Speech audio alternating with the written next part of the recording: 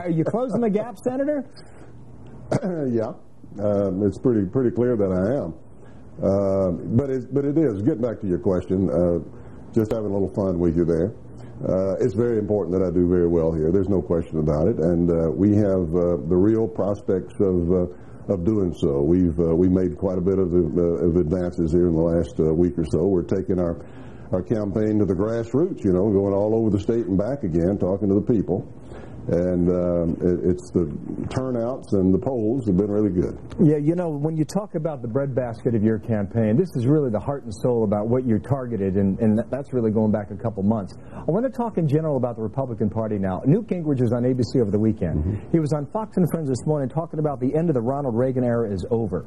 Now, you made a major point about this in our Fox debate over the last weekend. Do you agree with that statement, that the Ronald Reagan era of conservatism is over?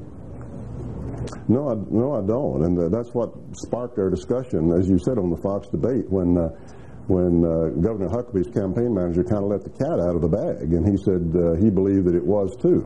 That's kind of like saying the era of our Constitution is over. I mean, the Reagan coalition was not just about the circumstances of that day; it was about fundamental principles that's guided us since the beginning of our country. It's based upon the Constitution, which is based upon the wisdom of the ages and an understanding of human nature and the kind of role that a limited government ought to play in our society, and the need for strong national security, national defense, regardless of what the circumstances of the day were. So, no, that's not over at all. And I think Republicans would be making a terrible mistake if they felt like they needed to follow the public opinion polls. What Gingrich's point is that nobody has filled this vacuum.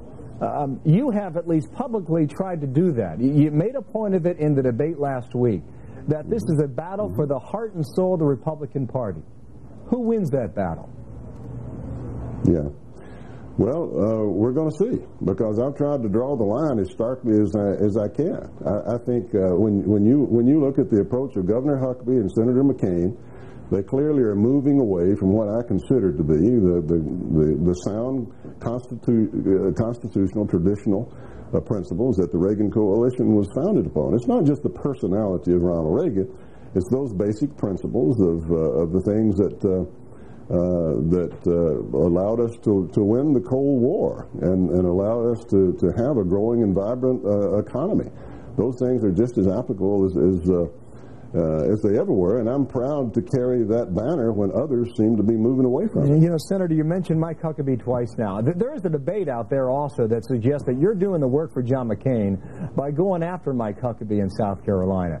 Is there truth to that? Did you hear me just mention John McCain? I didn't know if that was cover or not, so I thought I'd throw it on the table for you.